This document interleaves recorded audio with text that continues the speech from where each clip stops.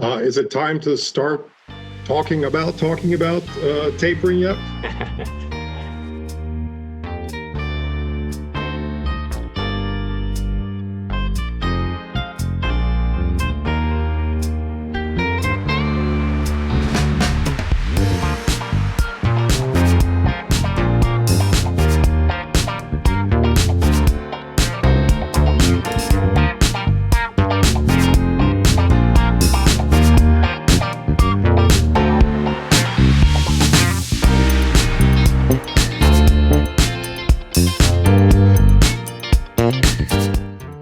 Pay no attention to the inflation behind the curtain.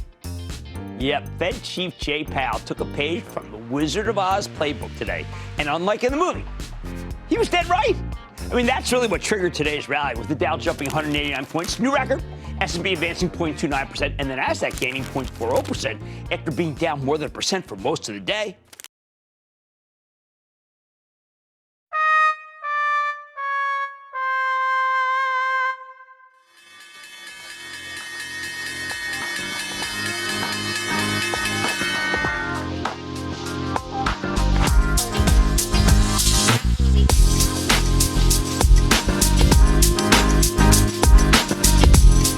All right. Today is Thursday, March 18th, and this is a post-market review of the stock market activities today. As expected from our discussion last night, we got nothing out of the FOMC meeting, and Jerome Powell offered nothing new and more of the same. And the expectations were that offering more of the same will mean that the bond market will react with more of the same, regardless of the mini orgasm that the stock market had after the conference yesterday, because the real story remains in the bonds market and the inflation story. None of that was addressed by the Federal Reserve and Jerome Powell yesterday. And therefore, we saw the indices reversing lower today. And the reason is, overnight, we saw a massive shoot in the 10-year Treasury yield surpassing 1.7%. And right away, you saw the futures diving lower significantly, specifically for the Nasdaq. Meaning that, as we discussed yesterday, the bond market and the bond vigilantes gave the mid-finger to Jerome Powell and told him, okay, so you're going to play the same game and weasel around, not address the problem, and you think we're stupid and we're just going to buy it. Let's see how tough you are, Mr. Powell. 1.5 didn't move you. Let's push it to 2% and see how you react. Let's give the Nasdaq another 10% cut and then see how you gonna react, Mr. Powell, when your Wall Street overlords start calling you complaining about what's going on in the market. We know that Mr. Powell has no choice, meaning that either the market will reach an equilibrium on its own and yields will retreat for mechanical reasons, or we will continue to see this repricing in the market with the yields surging higher and higher every day, and the Nasdaq and all of these growth momentum names sinking lower every day until the market reaches its own equilibrium and fair market values. But that wouldn't be easy, by the way, because the drops could be very severe in certain names, and the pain in the Nasdaq could be contagious into the Dow, the S&P 500, the Russell, and you're starting to see that happen already. And this is exactly the problem when we have a Fed that is changing from becoming proactive to a reactive Federal Reserve that is waiting for the disaster to take place first and then react afterwards. And the bond market is voicing its concerns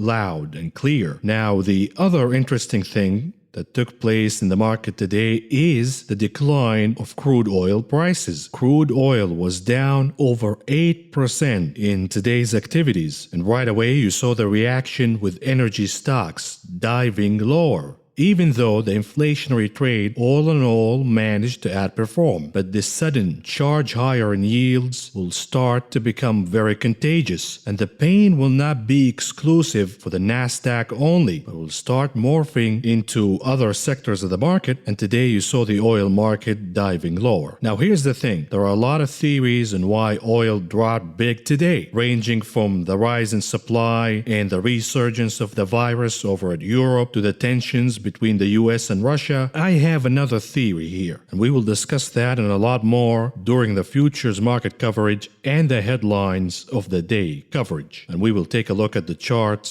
per usual. But for now, we have a market to cover.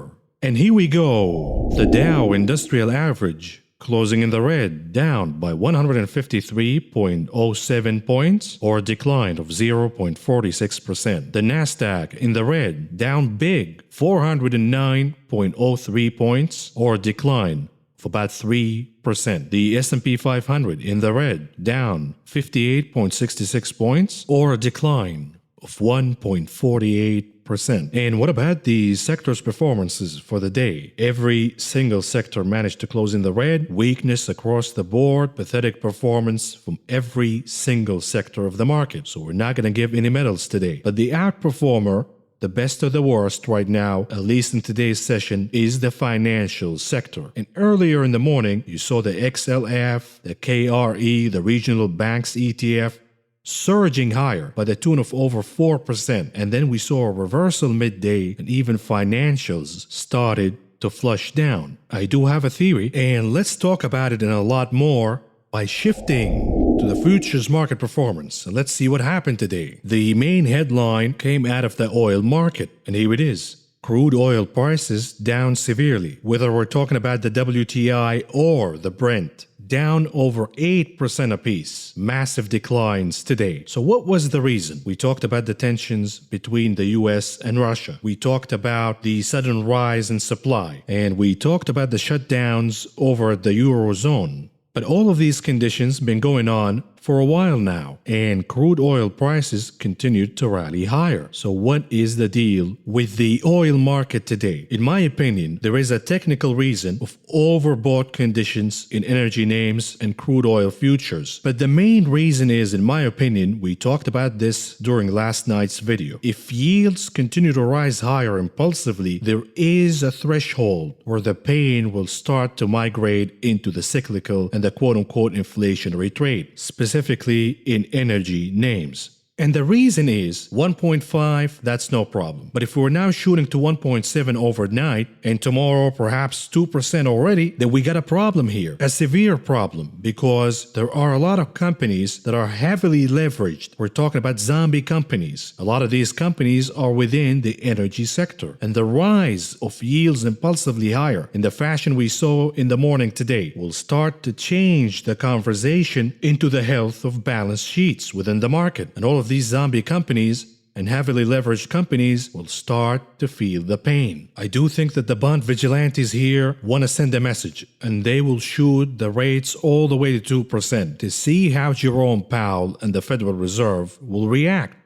Because a sudden surge from 1.5 to 2% already, which was the target, by the way, for the end of the year. We're not even 3 months through this year, and we're already knocking at 2%. Doing so will negate the whole bullshit argument about, oh, yields are just rising for the good reasons. Because yields rising for the good reasons happens gradually, not impulsively higher. The impulsive movements in yields are due to the massive rise of inflation expectations. So I do believe that we will reach 2% very soon, and the Federal Reserve will have to take action here. Continuing with the futures market, what about softs? Mixed picture. Lumber continues to gain. OJ futures leading the pack with about 2% gains. We also saw gains in coca futures. Meanwhile, the laggards in softs futures led by coffee, cotton, and sugar. What about metals? Modest gains for gold, silver. Meanwhile, notable gains for both platinum and palladium. Platinum futures finished with gains of a little over 1%.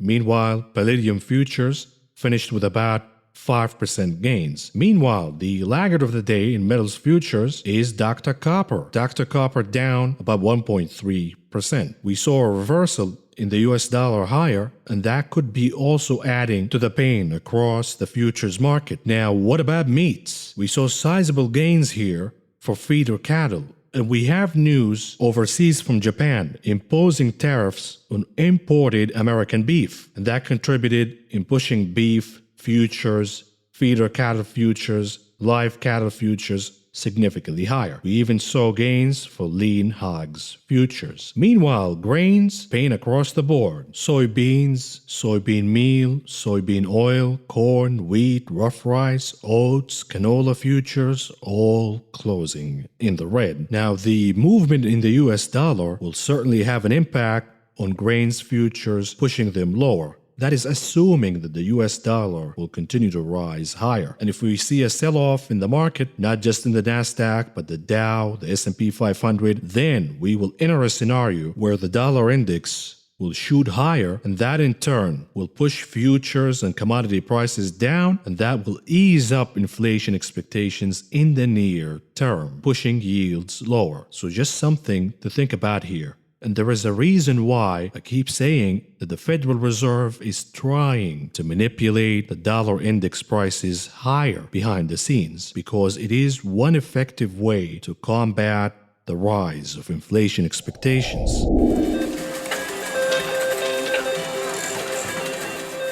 Moving on to the big casino, the options market, and let's see how the tables did today. Leading the pack at number 1, per usual, Apple, with about 1.4 million contracts, about 69% of those were calls. And at number 2, Bank of America, we saw a significant rise of call options buying in this particular name. With over 670,000 options traded today for Bank of America, about 65% of those were calls. And at number 3, Tesla, with about 600,000 contracts, about 51% of those were calls. And what about the unusual activities that took place in the options market today? Starting with the ticker OXY. This is for Occidental Petroleum. We saw a massive drop for oil prices. Energy stocks suffered significantly today, and of course, they're buying the dip already. Now, I agree that the dip is to buy for energy and the cyclical trade, but you gotta let the sell-off and the correction to take its course. Regardless, they're buying the dip here in energy names, specifically in Occidental, by buying the 31 calls, expiration date April 9th. With expectations that the name will gain over 16.5% by then, they paid about 70 cents a piece to enter this trade, bringing the total all the way to $1.2 million.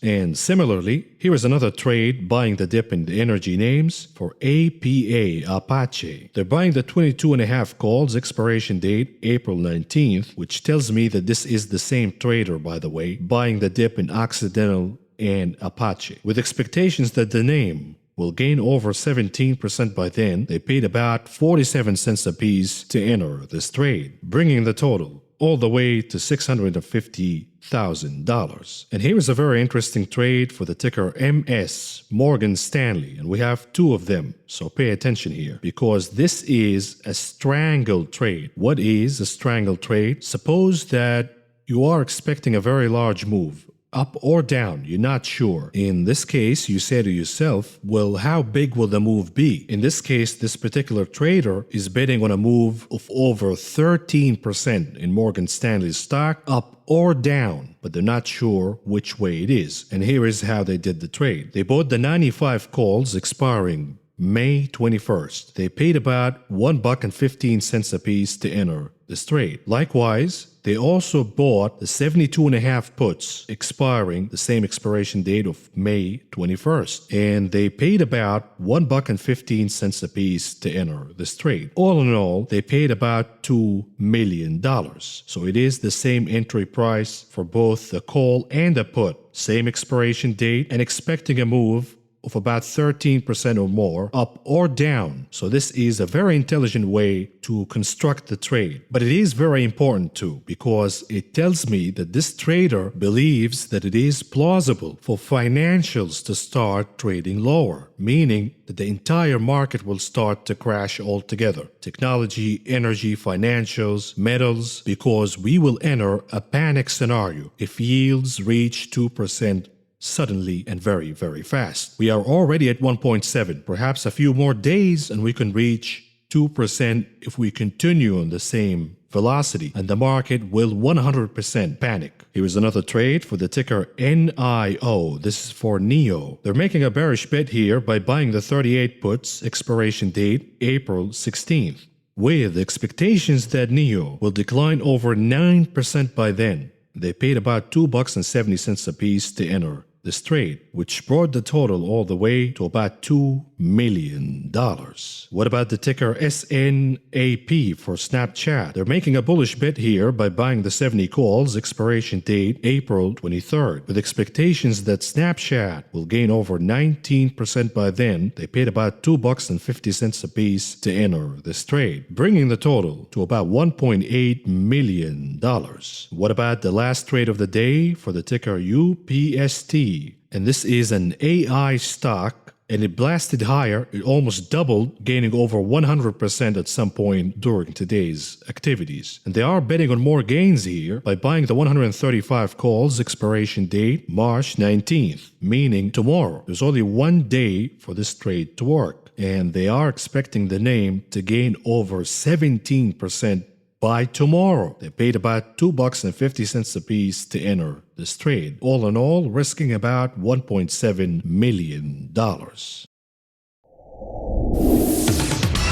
Moving on to the headlines that shaped the day, starting with macro news. Right away in the morning, we received the jobless claims, the weekly jobless claims, that is. What a disaster this was. A double whammy for the Federal Reserve and Jerome Powell. And the reason is, inflation is rising higher, but the unemployment picture remains very weak. Once again, I talked about this scenario in previous videos, predicting that we could enter an era of stagflation, the likes we saw back in the 70s, if the Federal Reserve is not careful.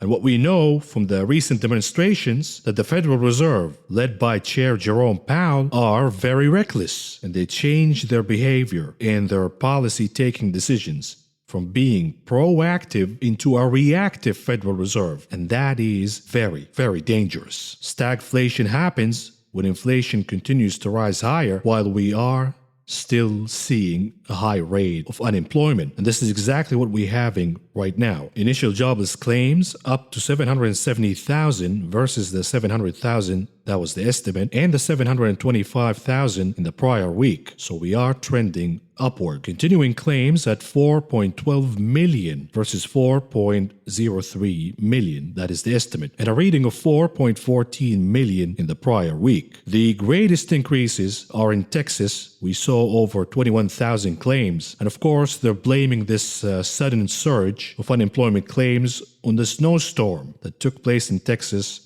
a few weeks ago. Last I know, the storm is already over, and these claims are from last week. But the officials have the tendency, every time they get bad economic data, to blame it on weather. Oh, weather was bad. And tell me again, for all of you morons out there who keep saying that all yields are just rising for quote-unquote the good reasons, is registering over 700,000 unemployment claims in a single week, quote-unquote good reasons for yields to surge higher? Or are yields actually surging higher due to inflation expectations? And here it is. There hasn't been a single year since 2005 that the national average price of gasoline increased by more than 20% year to date through March 17. This year, it is up 27.7%, a record, the highest in history. Here it is. Gasoline prices surging significantly higher. They're going to plateau at some point, but this is an alarming increase, signaling that inflation expectations will continue to surge higher. And tell me again, how is the strategy from the Federal Reserve of letting inflation run hot? And we know that when the Federal Reserve say 2% in their bullshit formula, the Fugazi formula, the real rate of inflation here in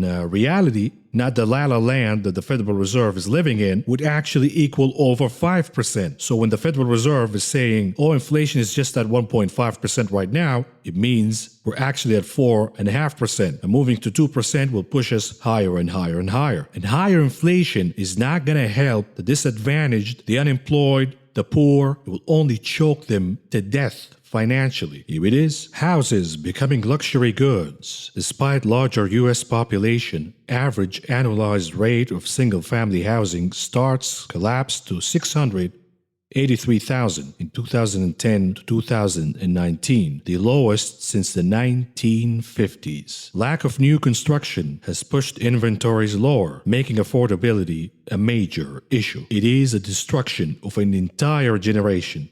Think about it. You have millennials reaching in their 40s right now, and they're still living with roommates. They're working 2 jobs, at least before the pandemic. They cannot afford to get married. They cannot afford to have a baby. They cannot afford to buy a house. They cannot afford to even own a car. They're leasing a car. This is a destruction of an entire generation. And you can thank the Federal Reserve for that, by the way, because their policies the last few years created asset bubbles all over the place, specifically assets of the wealthy, stocks and real estate. Meanwhile, wages did not keep up with inflation in the economy. And how could they when the Federal Reserve and the Bureau of Labor Statistics use a fake, distorted formula, the CPI, also known as the CP lie? And that is for a reason, because it has been showing no inflation at all in the economy. Meanwhile, anybody with a head and a working pair of eyes can see that inflation has been rising consistently. It is around us everywhere, and now inflation is getting worse and worse by the day. But if you thought millennials having it bad, wait till you hear how bad Gen Zers are gonna get it.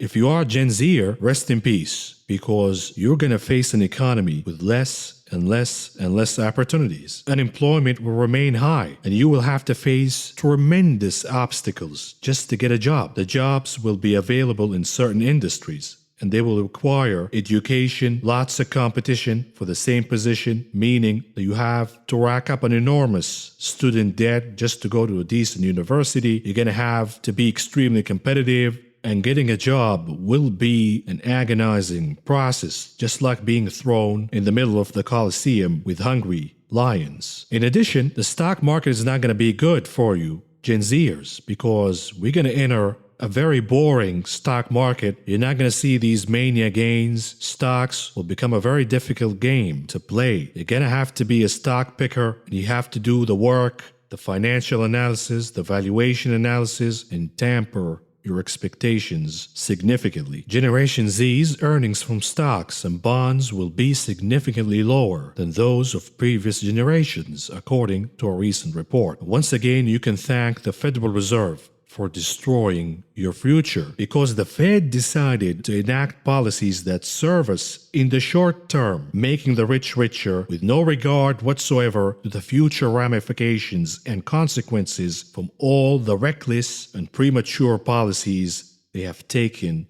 throughout the last 10 years. Ladies and gentlemen, we not only have the largest wealth inequality gap in history, but we also have the biggest generational wealth gap in history. The American dream is dead. You know that good old school American dream of having a car, a house, a suburban house with a yard, barbecues, babies, dogs? That's not going to happen anymore. You'll be lucky if you have a booth that you can sleep in and you receive a monthly UBI from the government in your digital wallet. But this is perhaps the most stunning piece of data that we received in the morning, and perhaps the most stunning piece of data I have seen regarding inflation in recent history. If you are a deflation propagandist, this piece of data will leave no doubt whatsoever. So either that you are stubborn or stupid, and you continue to deny the facts right in front of you. Oh, but the deflationary forces, bro. Give me a break. Here it is. The Philly Fed Index. Incredible strength for March.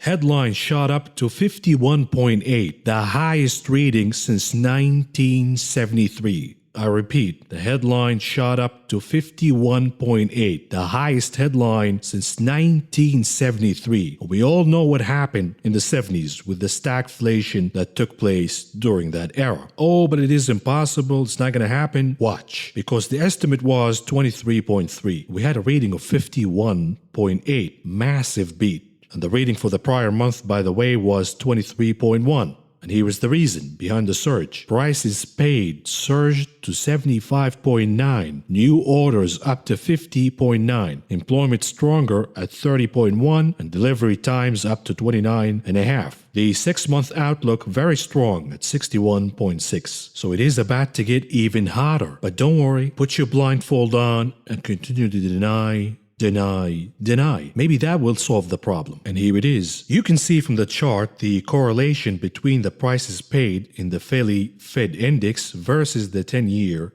Treasury yield. And there is a very strong correlation. And if this correlation holds, then we're about to see a massive surge in the 10-year Treasury yield because the prices paid in the Philly Fed Index is the leading indicator, and then we see yields following through. The same pattern. So if the pattern holds, we have higher yields, much higher than 2% in the 10-year Treasury. And the massive rise in Treasury yields is not happening only due to inflation expectations. It's actually happened due to the rise of real yields. So the deflationary camp have no more excuses. This rise in yields continues to be driven by real yields, not inflation expectations. Real 10-year yields, accounting for inflation, have risen to the highest since July 2020. And now inflation is becoming a national security issue because here it is. A Pentagon project to upgrade the F-35 jet with new capabilities every 6 months has seen $2 billion in cost growth and continued delays, according to congressional auditors. And of course, there is a reason why I bought the stock of Lockheed Martin, because talk about a company that can withstand, survive, and thrive during high inflation. Defense contractors, regardless of the rising costs, defense is a necessity, and the bill will be passed to governments, in this case, the American government. And we know that the American government is spending like a drunken sailor. They gotta print the money out of thin air and pay Lockheed Martin. It is very easy for defense contractors to pass the extra cost of input prices to the end customer. And by the way, what is the response from central banks across the world regarding the rise of treasury yields and interest rates, not just in the United States, but across the globe? Inflation is rising globally, and unaffordable housing is becoming a global phenomenon, not just in the US. Here is the response from the cabal of central banks. European Central Bank will not react to inflation, quote-unquote, blips, Madame Lagarde said. Or really, blips? These mad scientists are gonna explode this economy. And if you are wondering why did the bond market react negatively to the testimony of Jerome Powell, regardless of the algos-driven orgasm that we saw in the stock market yesterday, here is the reason. And we talked about this in yesterday's video in details. Fed Chair Jerome Powell said there is no reason to push back against the surge in Treasury yields over the past month. So there it is, out in the open. We're not going to do anything to curb the rise in Treasury yields. Matter of fact, we can't do anything. We can't do anything regarding the rise in Treasury yields, because we are the geniuses who decided to advocate for higher inflation last year. And we've been pushing to increase inflation expectations. We even told the public and everybody else that we don't even have a formula. We're not going to follow a specific formula. We're just going to eyeball inflation. Okay, so you want higher inflation? That's going to happen hand in hand with the rise in Treasury yields.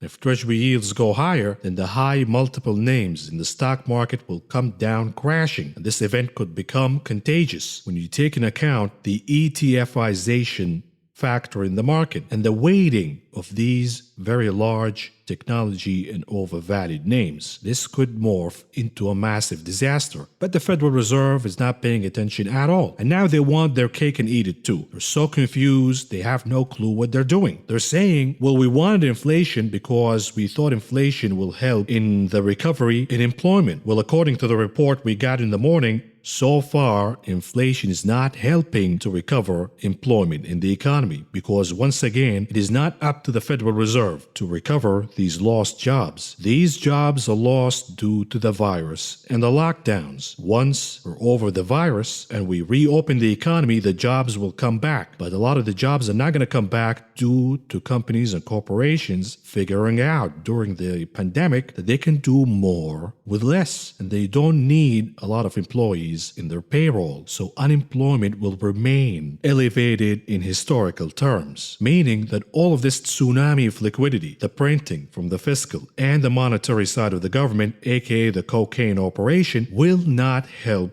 to recover the employment picture in the economy. What it's doing is driving inflation expectations higher and higher, and driving actual inflation higher and higher in the economy, and yields will continue to rise higher and higher. Once again, the Federal Reserve is between a rock and a hard place, and they put themselves there due to their misguided policies. I mean, the guy doesn't even have a formula. But once again, if you are tired of listening to me explaining things to you, let's listen to the quote-unquote experts, beginning with economist Mohamed El-Arian. Of course, Mohamed did not have time to wear his suit. This was an emergency call, it looks like, and Mohamed showed up in his pajamas. Regardless, his explanation of the matter is worthy of listening to.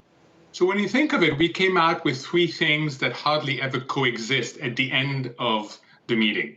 One is a significant revision in the Fed policy and the Fed economic outlook and inflation. As Brian just said, they hiked their growth expectations significantly to 6.5%, and they hiked their PCE, both overall and core. So one thing is a much better economic outlook. Second, absolutely no change in policies. In fact, if you compare the statement to the prior one, there was hardly any changes. Third, a calm bond market. Those three things hardly ever coexist. And what we saw this morning is that it's the bond market that has said, hey, wait a minute. If the outlook for the economy is that much better and the Fed isn't going to do anything about it, do we risk inflation? Do we risk disrupting the liquidity paradigm that has served us so well? So you see the influence. Why did it come the next morning? I think it had partly to do with market positioning. The bond market went into the Fed meeting quite short. But I think that the Fed has a really difficult situation here. It may lose control of the bond market and it has to be careful. And that is exactly what it is. Losing control. Remember the rule, the golden rule in investing, at least for the last 10 years, was don't fight the Fed, because the Fed has unlimited amount of ammo. So always follow what the Fed is doing and what the Fed is saying. This is the first time in many, many years, a regime change where we can comfortably say this is the time to fight the Fed. And the reason is that the Fed is no longer in control. I'm asking you a question. What are they going to do in this matter? There is nothing that they can do. Nothing at all. They're out of options whatsoever, because they're pushing the inflation narrative and telling us that inflation is still under control. It is not over 2%, and we do need inflation to recover employment. Okay, so yields are rising higher for quote-unquote the good reasons, because the economy is recovering, which means that the Nasdaq will continue to collapse, and that could be contagious to the Dow Jones and the S&P 500. What are you going to do about that, Mr. Jerome Powell? And Jerome Powell yesterday said, there is nothing I can do. He didn't say it verbally, but he said it by his lack of action. And once again, put yourself in Jerome Powell's shoes. What are you going to do? Are you going to raise rates right now to combat inflation? Of course, you're not going to do that right now. You're only going to do it if you are forced to do it when inflation gets out of hand. But for now, you cannot do it because the economy is pretty much zombified. We have a ton of zombie companies that would go bust right away if the Federal Reserve raises rates. The other remedy from the Federal Reserve, The other option, that is to manipulate the yield curve and attempt to push yields artificially lower. Well, doing so will be an admission that inflation is a problem, because if yields are rising for the good reasons, then why do you have to manipulate them? And that would send a very bad signal to the stock market that the Federal Reserve is hiding something about inflation. So the course right now is do nothing, continue to do the propaganda and the psychological manipulation, and hope that the matter will be resolved on its own. Well, the matter is not being resolved on its own. Inflation continues to pick higher and higher and higher. The highest reading in the Philly Fed Manufacturing Index since 1973, meaning that yields will continue to rise higher, and Jerome pretty much is telling us, short the hell out of the NASDAQ, short the hell out of the mania names, because he's not going to do anything, as far as I'm concerned, to rescue the market unless it becomes a contagious phenomena. And perhaps we are heading there already from the action that we saw today in the energy market. And here is from the Dean of Valuations from the University of New York Business School. And I'm not sure why the dean is wearing lipstick. Perhaps he got the call while he was practicing in front of the mirror for that new role he got at the community theater. Whatever, to each his own. But the dean is saying something very important here. So let's take a listen. Professor from NYU Stern School of Business, Aswath Damodaran. Aswath, thanks so much for joining us. Good to see you. Glad to be here. So let's start with your outlook for rates and the ability that the Fed has to control them. What is your take on that for the rest of this year? And ultimately, I think the Fed can influence rates. It can't set them. And the simple rule is that if growth goes up to 2 or 3%, inflation kicks up to 2%, I don't see how the Fed keeps rates at 2% or 1.5%. I think the market, if it believes the Fed can keep rates at whatever it wants them to while getting the good stuff, the earnings growth and the economy coming back, is being a little dysfunctional and delusional. There it is, delusional. Delusional. His words, not mine, even though I used it way back, and now you're hearing it from the Dean of Valuations. The Fed is delusional to think that they are in control. Continuing. In its expectations. So is your expectation that they will get the growth in the earnings, but rates will follow, or that they won't get the growth in the earnings? I think we're going to get the growth in the earnings, the growth in the economy, and rates will follow. By itself, that's not deadly for stocks. As long as earnings kind of keep up with the rates going up, I think the market will be okay with it. After all, that's what we've had since the start of this year. The T-bond rate is up from 0.93% to 1.61%. That's a pretty hefty rise, no matter what the Fed might think about it. So I think the Fed can live with rising rates, but it depends on why rates rise. Now, it could be because of inflation, which is much more deadly than I think a growth in the economy. And there it is, in essence. Good news for the economy will mean bad news for the stock market. And why is that? It is because the market is a cocaine addict. What is the cocaine? Fiscal and monetary liquidity. Now, if we're about to have a hot economy due to the artificial stimulation of the economy, which is zombified, by the way, accompanied with the surge of commodity prices, now we have a perfect recipe for inflation and a massive economic recovery, at least in the initial phases. Meaning that the cocaine operation, the bond purchasing program, will have to be tapered. The bond market is not stupid. They're already ahead of this, and they know that Jerome is playing poker, and he is a shitty poker player. You're always asked about Tesla as the dean of valuation. We need to know what the professor thinks about the valuation of Tesla. And you see that smile, that smirk on his face? That is because he's been dealing with the Tesla culties for a while now. If you say anything bad about Tesla and the insane, moronic valuation that the stock is trading at right now, they will attack you aggressively. But the dean of valuation knows that these morons are about to get slaughtered. So here it is. Now it's 676. It's certainly come off the highs. It had a pretty steep sell-off. And I know you've been in and out of the stock. Yeah. What do you make of it now? Well, I'm sorry I sold so early, but at the same time, I think the stock is on a momentum ride that's been unmatched, I think, in market history. But I think it's time to give back some of those gains, and I think there'll be some consolidation. I think with Tesla, it's always you get 5 steps forward and then 2 steps back, but you look back and it's always net 3 steps. So I think that at 676, I still think it's too richly priced. Hey, but what do I know? The stock went up to 900. Okay, here is somebody who knows. the Maverick of Wall Street, and I'm making a call here. This stop in Tesla will be the top. And bookmark my words so you can taunt me later if I'm wrong. But this is the top for Tesla. It's impossible to see any path for the stock to continue to rise higher. On one hand, you have the rise in yields, a change in regime, meaning that the future bro argument for pushing Tesla prices higher and higher and higher, that goes out of the window now because the present value of any future earnings is now diluted. In addition, the rising tide of competition, adding to that the rise in input prices, commodity prices, nickel, rhodium, cobalt, lithium, all surging higher. And this is a company that doesn't even make profits. Can you imagine how their margins are going to get squeezed? The souffle prophecy is going to happen. In terms of rates and their impact on different types of stocks, are you confident that rising rates will hit more broadly, maybe Tesla aside, some of those more richly valued momentum names? Or is it possible for the next decade we see growth and momentum outperform once again? I think in general, when rates go up, growth companies feel the pain a little more than mature companies for a simple reason. Their earnings and cash flows are way out in the future, and higher rates make them less valuable. That's always been true.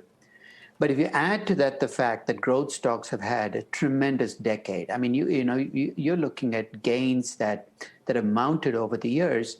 I think growth stocks have a little more price appreciation to give up. So I don't think growth is going to beat value in the long term, or that value is going to beat growth in the long term. I think the steady state now is you're going to go back and forth. And I wouldn't be surprised to see value have its moment in the sun, at least in the near term. And perhaps this is a headline coming near you. Brazil's central bank. Extraordinary stimulus no longer needed. Fiscal risks result in higher CPI expectations.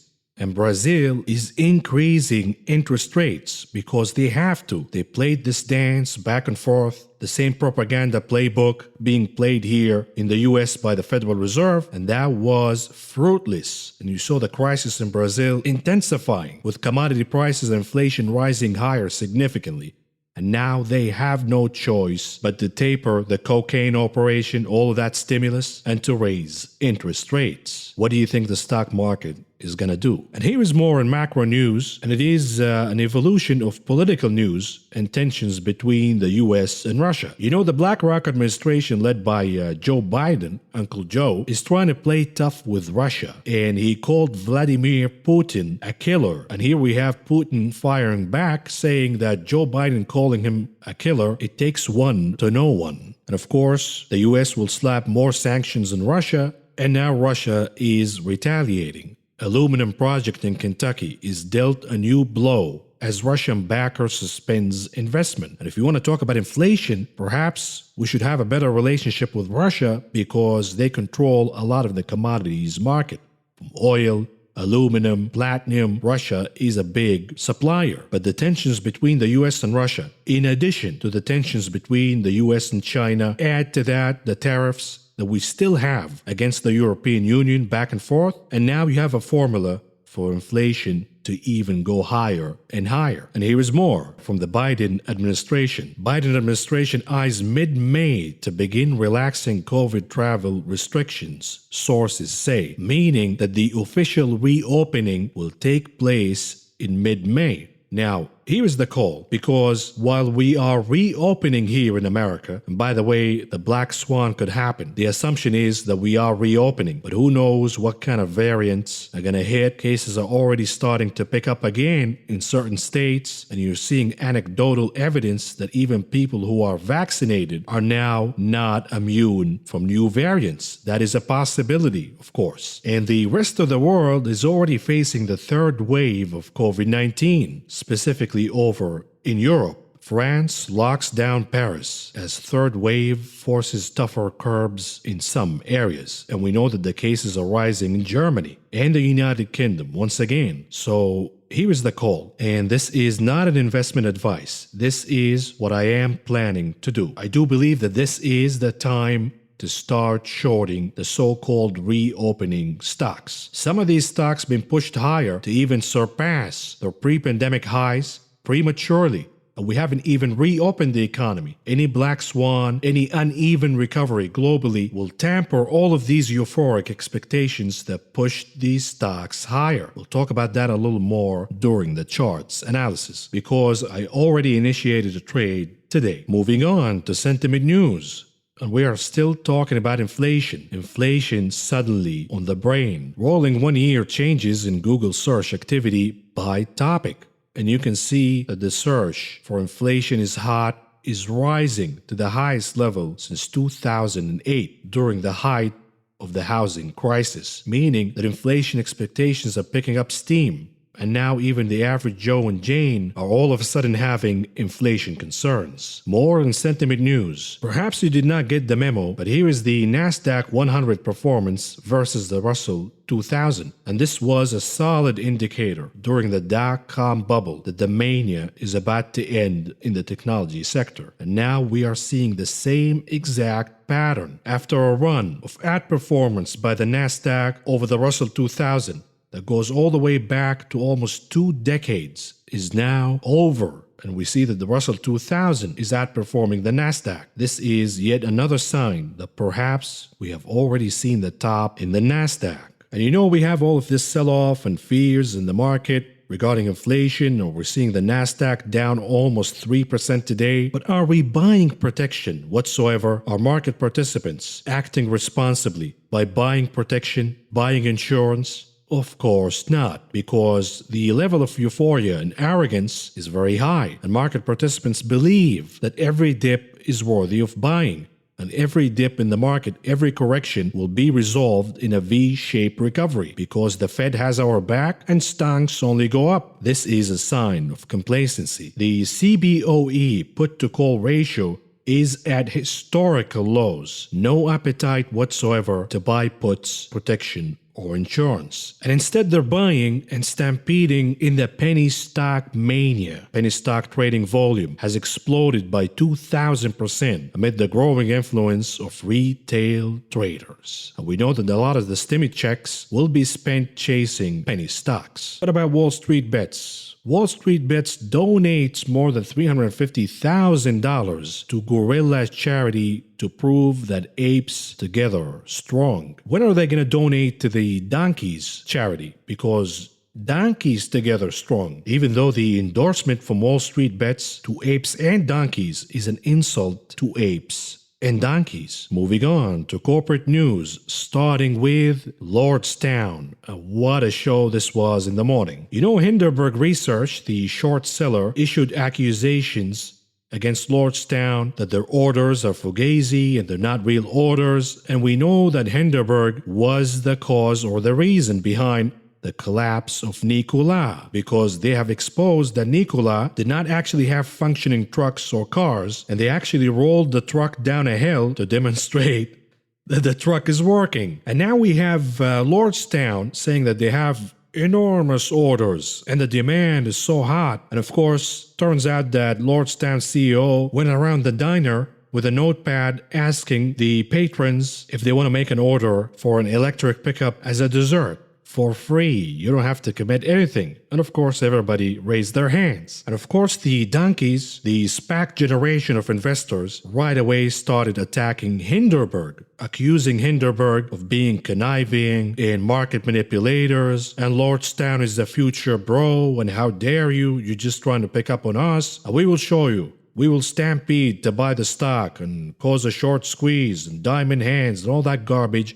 all that stupid, moronic way of investing and trading. And we know that this is not investing, it is not even trading, not even gambling. They're just zombies high on meth, waiting for tickers. You feed them the ticker and you say this is the future bro. You throw the buzzword, hydrogen, EV, electric, solar, yada yada, and they're gonna stampede, putting their blindfolds on, Naruto style, heads first, buying, asking questions later. Matter of fact, not asking questions at all. And even when the concerns are risen by short sellers who are looking for the interest of retail traders, they attack the short seller, not the company that is committing fraud. If Theranos was trading today, These morons will push it to all-time highs and they will fight every short seller who's trying to expose the truth. And now we have the SEC getting involved. Lordstown Motors faces SEC questions over short sellers report. But here is the main event. Lordstown CEO showed up in the morning at CNBC, and what a clown this guy was. He thought that it was a good idea to show up in a Halloween costume, making an ass hat out of yourself by wearing a vest, a hard hat, and placing yourself right in front, the only model in the factory that is being built, and playing some construction or production sound effect in the background to try and attempt to deceive the audience that, hey, we are a real business and we get a factory that is humming, we have cars being produced, and for all you know, this is a green screen, and this moron made an asshat, a clown, out of himself live on air. And of course, Phil LeBleu got him good. Got him real good. Clear here, the way that you have characterized your pre-orders or reservations in the past, I mean, you called these on CNBC serious orders.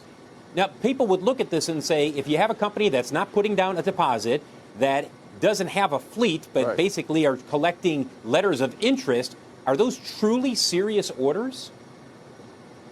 Well, no, we've always been very clear, right? These are just what they're intended to be, right? Okay, first of all, this guy is drunk. You can see it right away. He decided that it is a good idea to take a few shots before doing the interview with CNBC. What a disaster this guy is. Continuing. These are non-binding letter intents. They're called pre-orders out in the kind of real world. So always classified them for that, and we have a lot of those pre-orders. I think we have pre-orders directly from fleets. We have pre-orders from people that sell to fleets because that's the way fleets buy. Fleets don't buy in general, they don't buy like consumers buy. They buy through intermediaries. And so all we've done is gone out, gauge interest, because you got a tool to build something like this in an automated fashion. We're going to build one of these every 6 minutes. We kind of have to know how to tool, and you got to know about a year in front of your building. So that's what everybody uses pre-orders for. They are always, by definition, non-binding, no money down, cancelable. I mean, that's just that's the nature of EV startups trying to gauge interest. I understand that, Steve, but some people would look at this and say, look, you were far more aggressive in characterizing those pre-orders as true commitments, that you have company XYZ that has said, yeah, sign us up for 5,000 or 6,000. Do you regret the way you characterize those reservations? Well, reservation. Phil, all I can, I don't want to get into the specifics. All I can tell you is demand is robust. We've never said we had orders. We don't have a product yet. By definition, we can't have orders, right? So when you're early and you're years away from a product. Okay, he is really drunk. And now he's talking about, the orders were not meant to be serious. They were just anecdotal. There were NFT orders, the digital orders that just exist in your head, but we decided to count them as real orders anyways, and now we got caught. And I decided to show up early in the morning on CNBC with my hard hat on, still hungover from St. Patrick's Day, and somehow that is supposed to ease the concerns about the company? Absolutely not. And we saw Lordstown stock getting beaten down severely today. And what about AstraZeneca? Well, now we have the European Medicines Agency ruling that AstraZeneca vaccine is actually safe, despite some of the concerns about the side effects, meaning the blood clots. In my opinion, the damage is already done. The credibility of the vaccine is pretty much gone. Meanwhile, the Wall Streeters continue to pump AstraZeneca stock. What about the evil empire? Amazon. Here is Senator Bernie Sanders ripping into Jeff Bezos. Mr. Bezos, you are worth $182 billion. Why are you doing everything in your power to stop your workers from unionizing? I'll tell you why, Bernie, because he's not going to be worth $182 billion anymore. And we talk about this uneven recovery and the Fed's policies benefiting the rich tremendously and creating all of this massive wealth gap in the economy. Well, the rich are doing fine, and here's from Lambo. Lamborghini reports record profits in 2020. CEO teases electric future. Let me tell you something. All of these gains in Bitcoin and stocks are now showing up in luxury car sales. sales. The other day I was driving around here where I live in Southern California, and it caught my eye that I'm seeing a lot of Porsches and Aston Martins specifically. So I called a friend of mine who works in a luxury cars dealership, and we're not talking about like Audi. We're talking about a dealership that sells Bentleys, McLarens, etc. And he said that these cars are flying like hot cakes. The demand is so hot, they're paying sticker prices. They're not even bargaining. And the cars are selling off so fast. It is yet another illustration of this so-called amazing economic recovery led by the Federal Reserve's policies. You're only making the rich richer, and the rich are getting richer not by working hard or producing something into the economy. They're getting richer by sitting on their asses and watching their wealth increasing by the day, and it is increasing digitally. All of this wealth created digitally in stocks and real estate. You just sit in your ass, cup of coffee, you look at the screen, and today you're richer by another billion. Did you produce anything in the economy? Of course not. You just sat in your ass, and the Federal Reserve's policies are tilted by design to benefit you and make you richer. Once again, the American dream is dead unless you happen to be a trust fund baby. And what about Diageo? It happens to be in our list of the reopening stocks, the nostalgia names, and here it is. They're gonna spend $80 million to expand U.S. ready-to-drink beverage production. It's a little too late now because they're trying to benefit from the trend of drinking at home. Well, we are moving now to the reopening phase before we get smacked on the way by another COVID-19 variant. So perhaps this is a wise decision after all. And lastly, we have Peloton. Peloton is telling owners of its Tread Plus to keep their children away from the machines after an accident in which a child died. Should we push the stock a little higher on a killer machine optimism? Moving on to the heat map analysis. Let's see what happened today. Right away, the picture is clear. It is a sea of red with very few exceptions. And it is again the same theme of value trumping growth. The hunt for value goes on. And here it is. The tech sector, for example. Red picture across the board, but we have exceptions. And these exceptions from the value names. IBM managed to close in the green, almost 1%. We have Oracle, once again outperforming. But perhaps the most important development today is the decline in the energy sector. And it's not just energy, by the way. Even materials managed to reverse the gains and trended lower. And that is due to a combination of two things. Number one, the gains we saw in the dollar index today.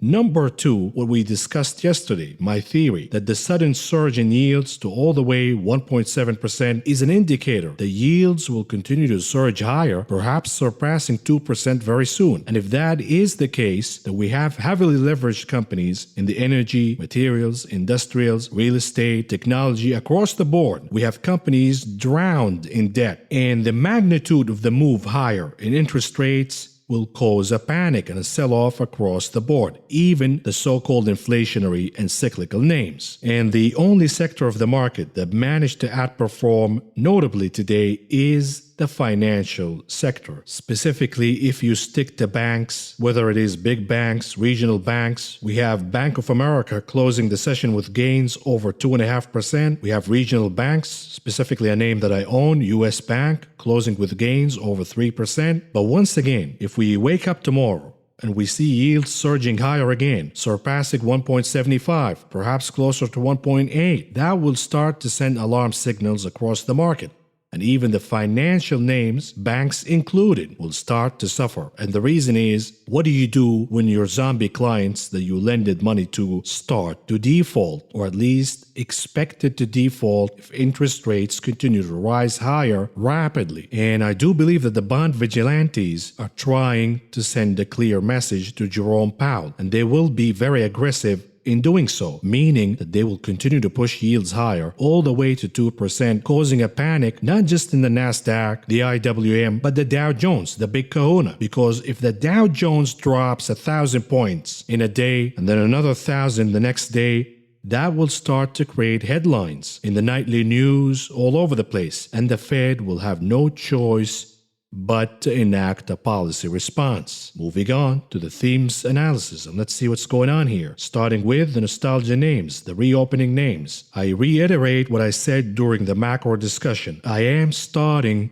to short some of these names. Not all of them, because there are names that are beaten down and have room to recover. But there are certain names that overdid the so-called reopening optimism, surpassing the pre-pandemic highs, and that is out of whack. Today we saw a mixed picture, but mostly selling these names to take profits. And I am predicting that the sell-off will continue and intensify in these names, the reopening names. They're not immune. What about the inflationary trade? Once again, profit taking across the board. But certain names managed to outperform. These names happen to be in the financial sector. JP Morgan, US Bank, closing with sizable gains today. What about the deflationary trade? A lot of pain across the board. We're talking about Snapchat down over 8.5%, Okta down over 7%, Zoom down about 6%, Square down 9%, DoorDash down, DocuSign down, Tesla the souffle down about 7%. Lots of pain here in the deflationary trade. Moving on to the charts analysis, starting with the 15 minutes chart of the SPY. What do we have here? We had a false bull flag. Once again, this is Jerome Powell's bull flag. So you know it is a bullshit flag, not a real one, because the pump was faded right away. And in the morning, we gapped lower, and here it is. We broke in the series of higher lows and higher highs. Now we have a lower low, indicating that we are starting to see weakness here in the SPY. The good news is that we managed to catch the support of 391, but the real test will be in tomorrow's session, the weekly close. Can you close above 391 or not? We know there will be a lot of funny activities going on due to quad witching Friday, so that might dilute the significance of the closing, but regardless, you gotta close above 391. What about the daily chart of the S&P 500? This is starting to look really bad because we were expecting a break higher above the resistance of 3,960. We were expecting a blow-off top rally, and instead what we got is a harsh rejection from the resistance level of 3,960. This is starting to look bad. And I told you in the coverage of the VIX a few days ago that once the VIX dips below 20, I will be going long the VIX. And I did so by buying puts on the S&P 500. And so far, these puts are working. And I do expect declines here if we don't manage to close above 3,960. This is the ultimatum. You gotta close. The weekly closing has to be above 3,960. Failing to do so will open the floodgates lower because this will be a double top, and we know that double tops in technical analysis lingo is a very bad, ominous signal. Moving on to the Qs. 15 minutes chart. What do we see here? We talked about 313. This is the center of gravity, the most important level in the Qs right now. And let's go back to the same story, the anecdotal story that I told you to make it easier for you to illustrate the importance of 313. We talked about the gap higher that took place above 113 earlier, and I told you that you can't do that with the center of gravity. 313, we call her Mrs. 313, is demanding some respect. You cannot move above her and be rude without paying her the respect and the time she deserves before getting her blessings to go higher. And I told you that this is not a sustainable move. You gotta go down, pay Mrs. 313 the respect she deserves. And the Qs, Mr. Qs in this case, did exactly the right thing, going down to Mrs. 313, spending a little time, giving her respect, sitting down for a cup of coffee, getting her blessings and permission to start to rally higher. But Mr. Qs had some filthy intentions in mind. Mr. Qs decided to go upstairs over at Mrs. 323, and he got caught by Mrs. 313. Now Mr. Qs is in a lot of trouble and has a lot of explaining to do because Mrs. 313 happens to be very possessive. And I did say that the best option for Mr. Qs here is to run away, to gap higher above 223 and run as fast as he can. Because if he manages to dip lower and go back to Mrs. 313, that would be a trap because Mrs. 313 is looking for revenge. If that happens, Mrs. 313 will send Mr. Q's on his way down, falling like a rock. This is exactly what happened today because Papa Jerome interfered in the picture and he saved Mr. Q's ass. He gave him a pump higher all the way to 323, but now the door is closed. Mrs. 323 is pretending that she didn't even know Mr. Q's and he's in a lot of trouble. And Papa Jerome, we know that he is the biggest backstabber. If Papa Jerome says, I have your back, you run the other way. And Mr. Q's found that the hard way. And now we saw Mr. Q's in today's session falling back against his wishes. To who? Back to Mrs. 313. And there was a back and forth, lots of arguing, yelling and screaming, throwing stuff around, and we know what happened. Mr. Q's got a massive beating. And now what will happen? You will be sent down, and you will be sent down in a severe manner. This is the assumption. And you better hope, if you are Mr. Q's, that the stimmies will be the next rescue plan. Moving on to the daily chart of the Q's. Let's do some Fibonacci retracement levels to see how far can we go. First of all, from a Fibonacci perspective, we have a classic reversal because you managed to go all the way to the level of 322.5, getting rejected twice, and now reversing lower. And you did not close at the next lower Fibonacci level. You skipped that altogether, dipping lower into a whole other level. And now you have to look down for 307. That is the next line to look forward to, meaning that the Qs will likely reverse all the way to 307 and look for support there. Now remember, we have Quad Witching Friday. Lots of funny business will take place in tomorrow's action. So you have to keep that in mind because market makers sold a lot of calls and puts. But the calls, the majority of them are going to expire worthless right now because they sold them back in February and January. But they also sold a lot of puts. Now, if you are a market maker and you sold all of these puts and they're in the money right now, then you're obligated to buy the underlying stock. In this case, if this phenomena take place, that could push the Q's, technology, high growth, high multiple names to bounce higher tomorrow. That is only one perspective, by the way, but the technicals are showing a lot of weakness. So we have to look at every aspect, every piece of the puzzle to have a wholesome perspective. The main indicator remains the bonds market. If you see the Qs bouncing higher tomorrow for quad witching reasons, but yields are also surging higher, then you know that this is a false move and it will be faded fast. Moving on to the continuous contract of the Qs. What do we see here? I gave you my ultimatum. Either the Qs futures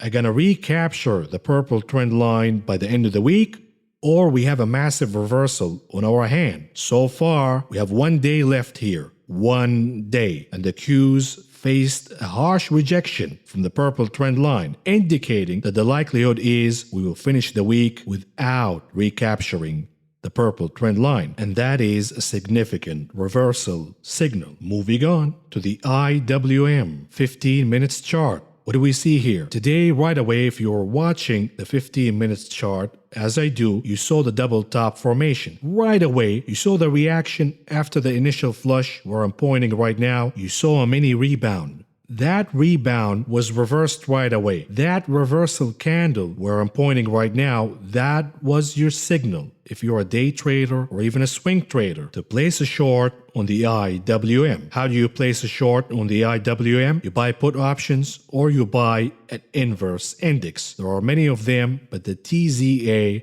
is the most popular one. But remember, the TZA is 3 times the velocity of the move of the IWM on a daily basis, meaning that if the IWM declines 2%, the TZA will likely be up about 6% or so, and vice versa. So you have to be very careful here and set your stop loss order accordingly. Moving on to the daily chart of the IWM. I'm calling it right here. We have a reversal. It is confirmed now. There is no way the IWM will start reversing higher unless we start closing some of these gaps. We have to close some of the gaps first, perhaps all the way to 218 before we have any meaningful bounce. Moving on to the dollar index. What did we say yesterday? Don't believe the initial move of the dollar index. There is a reason why I call him tricky Dixie. And here it is. Ta-da! Reversal of the move completely. Yesterday, everybody was calling the dollar dead. Now the dollar reversing the move. And the next destination is breaking the resistance of 92. If we continue to see a sell-off in the market, the dollar will continue to rise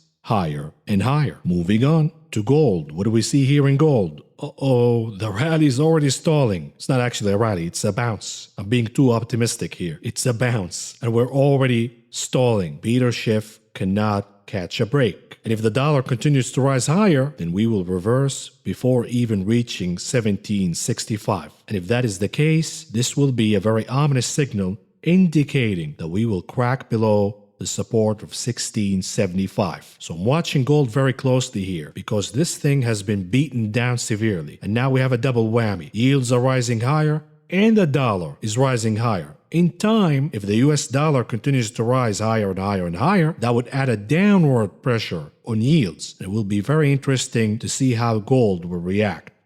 Is gold more concerned about the move in the US dollar or treasury yields? Because when yields go higher, gold becomes less attractive. And if the dollar goes higher, that dilutes the value of gold. So you have a double whammy effect here.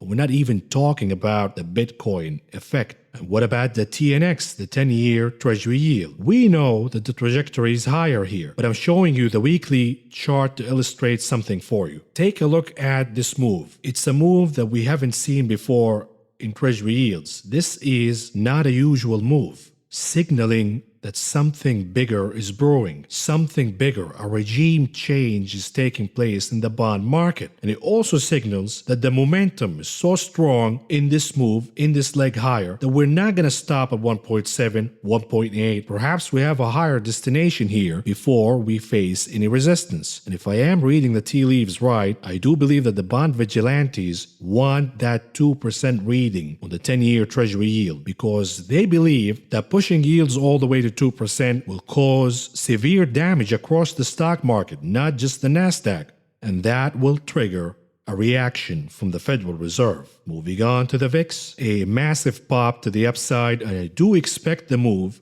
to continue higher. Now, the challenge for the VIX is to close above 25. Closing above 25 will be a solid signal that more selling and more pain is about to come to the stock market. And remember, I told you once the VIX dips below 20, I will be a buyer of the VIX, not a seller. The common wisdom, and I say that lightly, from the likes of Tom Lee and other geniuses, is that when the VIX dips below 20, that is a signal to buy. I see it as a signal of complacency, and therefore I went long the VIX the moment it dipped below 20, because 20 in the VIX is the new 12. This is for old school traders who've been trading the VIX for years now. You know, when the VIX dips below 12, you buy the VIX. Well, 20 is the new 12.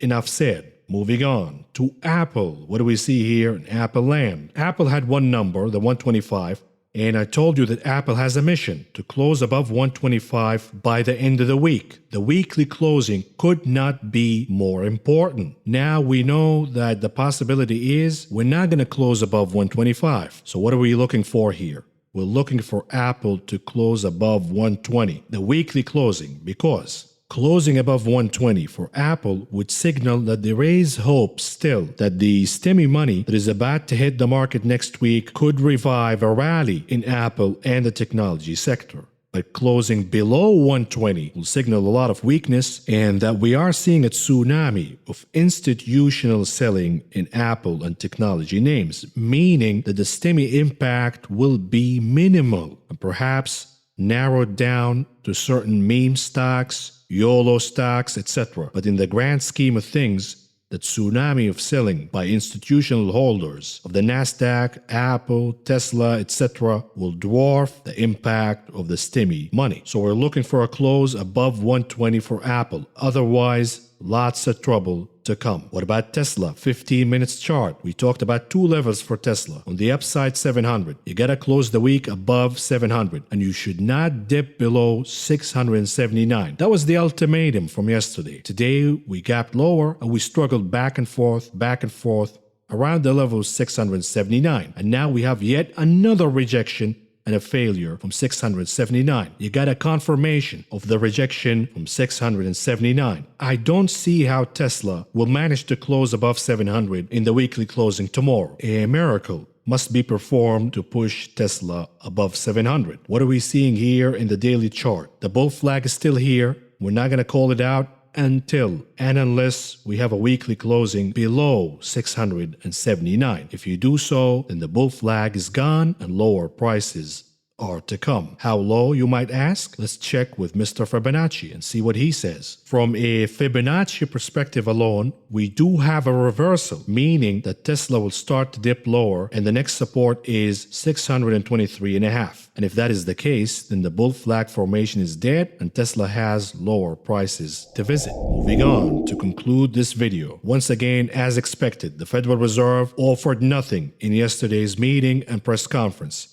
The stock market, the algos in this case, went ahead of themselves and pushed the stock market higher. Today, we saw the real reaction from the bonds market saying, we don't believe you, Mr. Powell. We're calling your bluff. We're going to push these yields higher and higher and higher until you address the problem. Because you want inflation, don't you? Well, here is inflation. It comes hand in hand with higher yields. Oh, what was that? You don't like it because the stock market is going to go down? Poor you. Make a choice. Do you want to save the stock market or do you want to save the economy? Because if you want higher inflation to save the economy and speed up the recovery, that will come at the expense of a crash in the stock market. Now, if you want to save the market, then you have to take policy action to curb the rise of inflation expectations. What would that be? Raising interest rates. Whoops, we can't do that. So here we are back again. It is a lose situation for the stock market. Either yields are going to rise higher or the cocaine operation will be tapered along with increasing rates. The third option, which is the temporary solution, is to manipulate the yield curve artificially by doing yield curve control, operation twist, etc. But that is just a remedy, not a cure. It will work for a while before yields start snapping higher again. We're watching the action for quad witching tomorrow, and of course, we are anticipating the arrival of the stimmy money next week. But if yields continue to rise higher, specifically tomorrow, understand that the sinkhole will be wide open for all of these stimmy morons to buy the dip in the market. That would be a trap and they will lose their money fast. Watch the bond market before taking any action. If yields continue to rise higher, hold your fire for a better opportunity. That's all I got for you tonight, and I will talk to you again tomorrow.